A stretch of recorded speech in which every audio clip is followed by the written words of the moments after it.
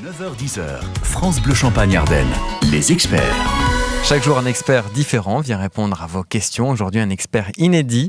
Bonjour, docteur Alain Erard. Bonjour Olivier Catio. Merci de venir. Première fois donc dans les studios de France Bleu. Vous êtes médecin au sein de Courlancy Santé à Reims.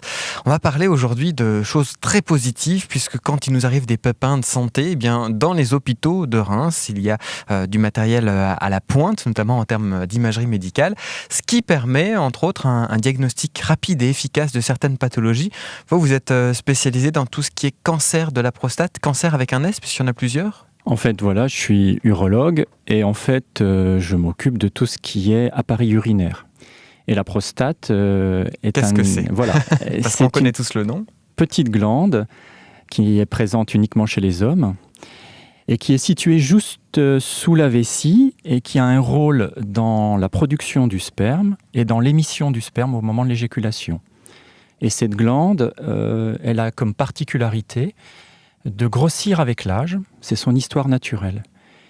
Et malheureusement, quelquefois, elle peut se cancériser, ce qu'on appelle le cancer de la prostate. Et on devrait dire les cancers de la prostate, parce qu'on le verra au cours de l'émission, il y a différents stades et avec des pronostics différents également. On peut bien vivre aujourd'hui avec le cancer de la prostate. D'ailleurs, au-delà de 60 ans, c'est presque classique d'avoir un problème à la prostate. Alors, il faut que les auditeurs comprennent bien qu'il ne faut pas mélanger l'adénome de la prostate, qui est l'évolution naturelle de la glande avec l'âge, c'est-à-dire que la glande, en vieillissant, elle prend du volume et elle peut comprimer la voie excrétrice. On peut avoir des difficultés à uriner ou aller uriner souvent. Ça, c'est l'adénome, c'est bénin. Et ça donne des signes. Malheureusement, le cancer de la prostate, ça donne quasiment aucun signe. Oui. Au départ, on ne sent strictement rien. Et d'où la difficulté de faire un dépistage, un diagnostic précoce. Donc, on va voir quelles sont les techniques pour découvrir précocement le cancer de la prostate. Qu'est-ce qu'on appelle précoce ? Il faut commencer quand on a 30 ans ? Alors non, il ne faut pas commencer quand on a 30 ans. Il faut commencer à partir de 50 ans. Et on verra dans certains cas à 45 ans. Pourquoi il y a de plus en plus de gens qui ont des cancers de la prostate ? C'est lié tout simplement à l'évolution de... on vit de plus en plus longtemps, donc on a de plus en plus de malchance de l'avoir, ou c'est lié à tous les facteurs de pollution, de ce qu'on mange, de ce qu'on boit Alors en fait, vous avez répondu partiellement à la question.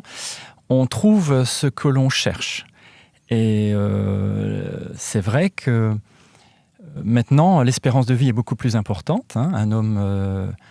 Maintenant, on vit jusqu'à 80 ans pour les hommes, 85 ans pour les femmes, mais parlons des hommes. Et plus on vit longtemps, plus il y a un risque de développer un cancer de la prostate, parce que j'expliquais qu'après 80 ans, 70% des patients peuvent avoir des micro-foyers de cancer de la prostate et ils vivent tout à fait bien. Ce sont des cancers indolents. Indolents, c'est-à-dire qu'ils n'évoluent pas.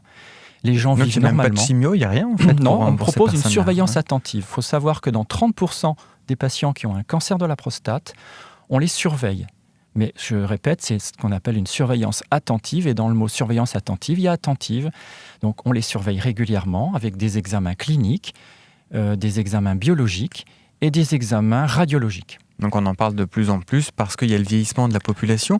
On va revenir aussi sur des conseils d'hygiène de vie. Par exemple, est-ce qu'avoir trop d'activité sexuelle pendant sa vie ou pas assez, est-ce que ça peut être un facteur qui rentre en compte dans le cancer de la prostate ? On va en parler avec vous, le docteur Alain Erard, au sein de Courlancy Santé à Reims. C'est vos questions, 03 26 50 81 81. Conseil d'hygiène de vie, de bien-être, on parle et on prend soin ensemble de notre prostate ou de celle de votre conjoint avec le docteur Alain Erard au sein de Courlancy Santé à Reims. Une question d'Étienne de Varmeréville. Étienne a 50 ans. Elle demande quels sont les symptômes d'une prostate qui défaille. En fait... Étienne peut avoir des symptômes. Le problème, c'est que la plupart du temps, les symptômes de la prostate sont liés à l'adénome. Je l'expliquais auparavant, c'est-à-dire une évolution bénigne de la glande. La prostate, il faut savoir qu'elle n'a qu'une idée en tête, en vieillissant, c'est de grossir. Oui. Et en grossissant, elle peut créer des troubles. On va uriner plus souvent, on a des difficultés à vider sa vessie. Malheureusement, le cancer de la prostate ne donne aucun signe au départ. Quand le cancer de la prostate donne des signes, c'est que malheureusement, le cancer est déjà avancé localement, voire donner des métastases. Donc en fait, la seule façon de faire un diagnostic du cancer de la prostate, c'est de faire un diagnostic précoce. Oui. Donc il n'y a pas de douleur, par exemple, à l'éjaculation, de choses comme ça? Non. Les douleurs à l'éjaculation sont dues fréquemment à des inflammations de la prostate, qui sont des pathologies bénignes. C'est ce qu'on appelle des prostatites. C'est une inflammation de la prostate, comme des inflammations d'autres organes. Donc dépistage conseillé à partir de 50 ans. De quelle manière on dépiste?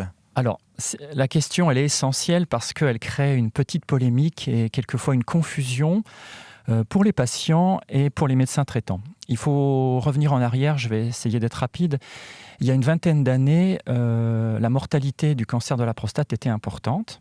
Et depuis 10 ans, la mortalité du cancer de la prostate, chaque année en France, elle diminue de 3,8%. C'est énorme. Oui.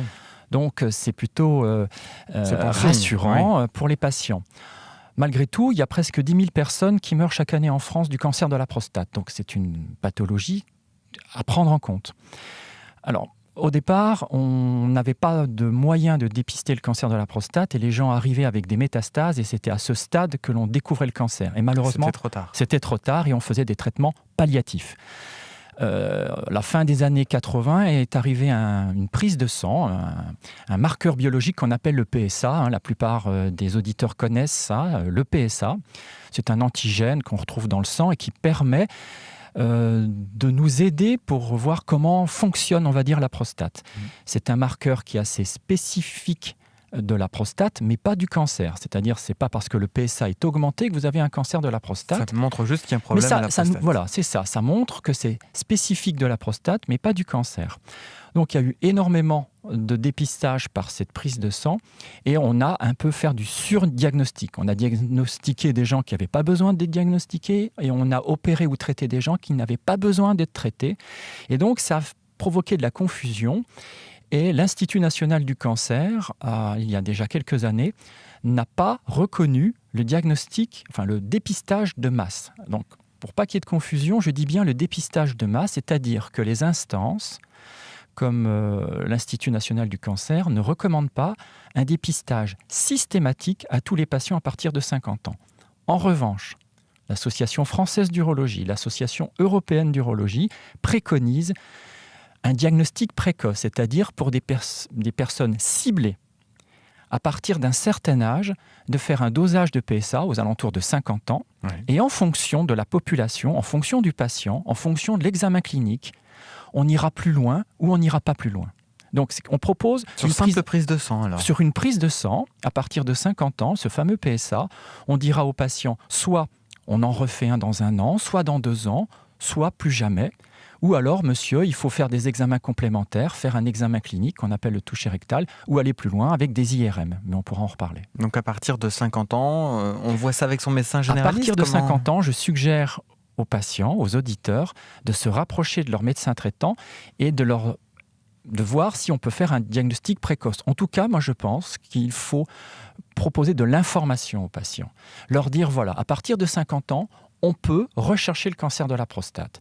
Non pas un dépistage chez tout le monde à l'aveugle, mais une prise en charge personnalisée.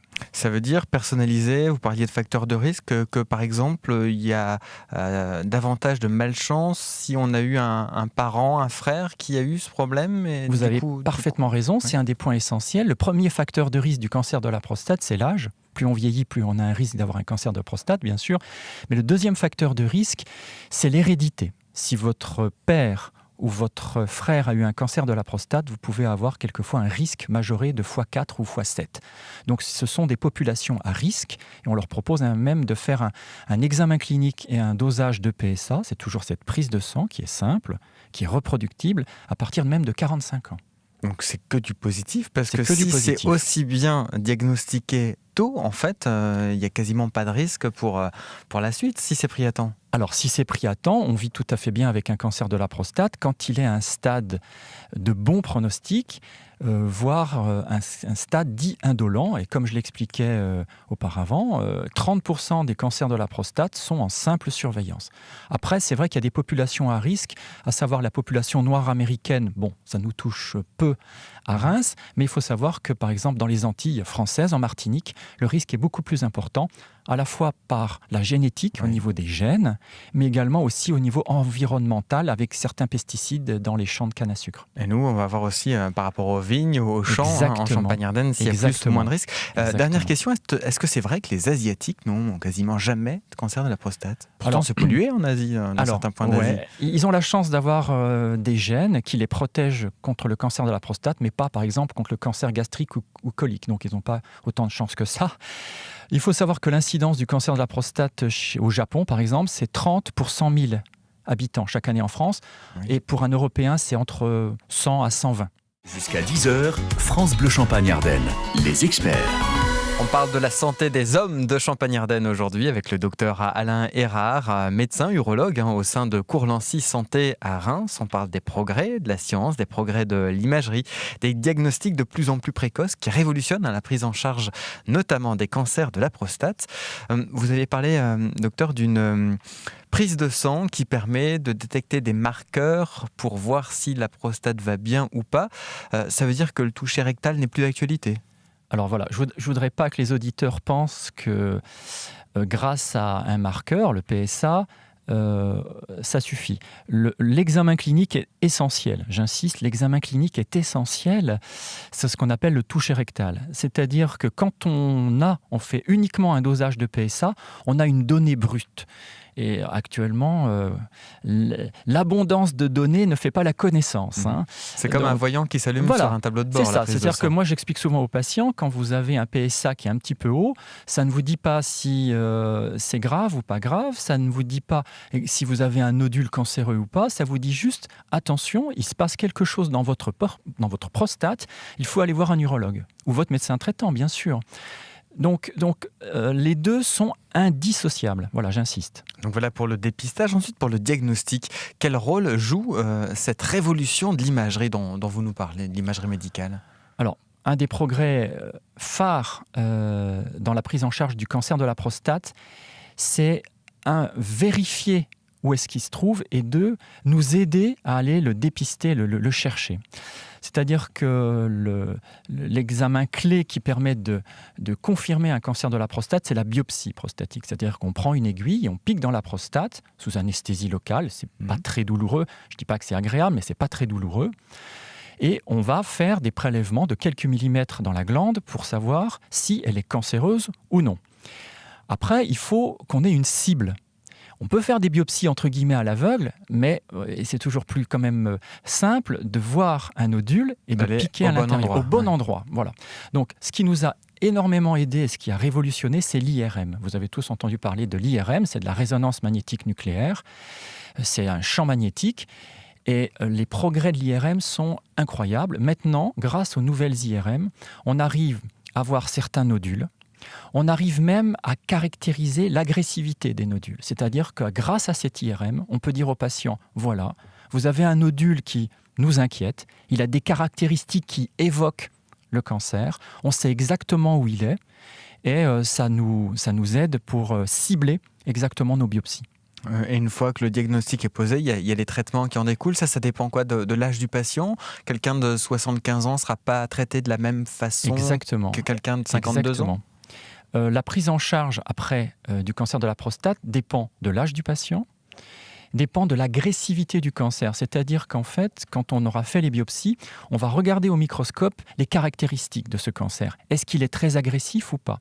Si vous avez plus de 75 ans et que vous avez des cellules qui se divisent très peu, avec un cancer peu agressif, on propose souvent une simple surveillance parce que c'est un cancer qui évoluera tellement lentement que quelquefois le patient meurt d'autre chose, d'un infarctus, etc., mais sûrement pas de son cancer de la prostate. Donc il n'y a aucune utilité à lui imposer des traitements qui quelquefois ont des effets secondaires alors qu'il ne se plaint de rien. Par contre, donc, en fonction de l'âge, en fonction de l'agressivité, on proposera soit des traitements dits focaux, c'est-à-dire que si on arrive à voir exactement où est le nodule, on peut traiter une partie de la prostate avec la curithérapie, qui sont des petits grains d'iode radioactifs, ou des traitements chirurgicaux, ou des traitements avec des rayons. Dernière partie des experts consacrés à notre santé, messieurs, à la santé de notre prostate. Nous sommes avec le docteur Alain Erard, médecin urologue au sein de Courlancy Santé à Reims, avec une émission très positive puisqu'on a vu que l'avancée scientifique était énorme, l'avancée des médecins, l'avancée des techniques, de l'imagerie notamment, qui permet des diagnostics de plus en plus précoces. Par rapport à ces cancers de la prostate, docteur, nous, au sein de l'équipe, en préparant cette émission, on a ressorti cette étude dont on avait parlé et qui disait qu'éjaculer régulièrement, c'était bon pour la santé.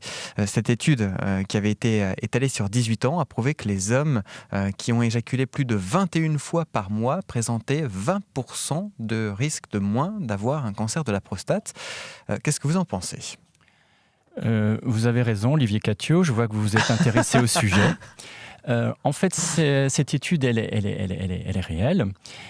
Et en fait, par l'intermédiaire, en diminuant le risque inflammatoire, c'est-à-dire qu'en éjaculant régulièrement, on diminue certains facteurs pro-inflammatoires, des interleukines, enfin peu importe, qui diminuent le risque inflammatoire chronique et donc l'inflammation chronique peut faire le lit du cancer. Donc oui, il est recommandé d'avoir une hygiène de vie sexuelle relativement correcte, c'est-à-dire en ayant des rapports réguliers. Quel que soit son âge, jusqu'à même quand à 90 ans, ouais. Mais vous savez que à partir de 60 ans, il y a quand même ce qu'on appelle une dysfonction érectile. La puissance sexuelle diminue avec l'âge, peut-être inversement à la sagesse, je ne sais pas. Mais en tout cas, voilà. Alors vous savez que ces études, elles sont quand même multifactorielles. On va en parler. Il y a des facteurs environnementaux, il y a des facteurs alimentaires, il y a des habitudes de vie et donc tout ça. Justement, nous, en Champagne-Ardenne, on n'a pas spécialement un régime crétois. On sait qu'on a beaucoup de vignes, beaucoup de champs, donc des pesticides. Est-ce qu'on est moins bien loti que d'autres endroits en France ou dans le monde ? Alors c'est exactement les questions que me posent mes patients vignerons en se disant mais moi j'épand quand même des produits phytosanitaires et des pesticides. Alors bien sûr qu'il faut se protéger. Et dans les études, on a montré qu'il y avait un risque probable, et je dis bien probable, mais il n'a pas été confirmé parce que les études sont quand même compliquées, mais un risque probable avec les pesticides. En tout cas, ça a été démontré dans les Antilles françaises avec des épandages un peu importants dans les champs de canne à sucre sur une population déjà prédisposée au niveau génétique. Donc bien respecter les précautions d'usage, c'est clair que... les protections individuelles, les combinaisons pour les vignerons qui utilisent ces pesticides. Dans notre vie de tous les jours, si on ne travaille pas dans les vignes ou dans les champs, est-ce qu'il y a des choses à manger qui favorisent justement la bonne santé et qui évite d'avoir ces problèmes? Oui, vous avez résumé. C'est le régime crétois, c'est-à-dire que les études qui ont montré une corrélation entre alimentation et cancer de la prostate, c'est particulièrement au niveau des graisses saturées. C'est-à-dire qu'un régime pauvre en graisses saturées, c'est-à-dire des légumes, des fruits, des graines, de la tomate, tout le monde me pose des fois des questions sur la tomate, oui, grâce au lycopène, qui est un caroténoïde, comme les courges et la carotte, contenu dans la tomate, protège contre le cancer de la prostate. Des études avaient été menées par rapport au zinc, par rapport à la vitamine E, par rapport au sélénium. Il n'y a pas eu en fait de facteurs favorisants prouvés ou de facteurs qui protègent le cancer de la prostate. Mais en tout cas, manger le régime crétois, l'activité physique, l'obésité est un facteur... Donc faire du sport, manger moins gras, moins sucré. Et avoir des rapports sexuels réguliers. Et ben voilà une belle vie qui nous attend. Merci docteur Alain Erard au sein de Courlancy Santé de nous avoir conseillé, aiguillé, expliqué tout ça. Et puis on dit que bien sûr en mois de novembre, à chaque fois il y a Movember, c'était la première édition l'année dernière, c'est un mouvement américain qui est transposé en Champagne-Ardenne. Qu'est-ce qu'il y aura à Reims le 12 novembre ? Voilà, le 12 novembre 2017, j'invite toute la population rémoise à courir pour... aider au dépistage du cancer de la prostate et à la prise en charge avec une moustache. Voilà, ça s'appelle les Bacchantes. On fait 8 km de façon festive. C'est une course solidaire Et on part du parc de Champagne. Et notre maire, l'année dernière, a fait les 8 km. Et il a bien fini d'ailleurs. Arnaud Robinet, Oui. mobilisé pour cette cause Exactement. et qui applique ces bons conseils d'hygiène de vie, j'en suis sûr. Merci à tous pour Merci cette à vous. émission, à bientôt. Les experts à réécouter en podcast.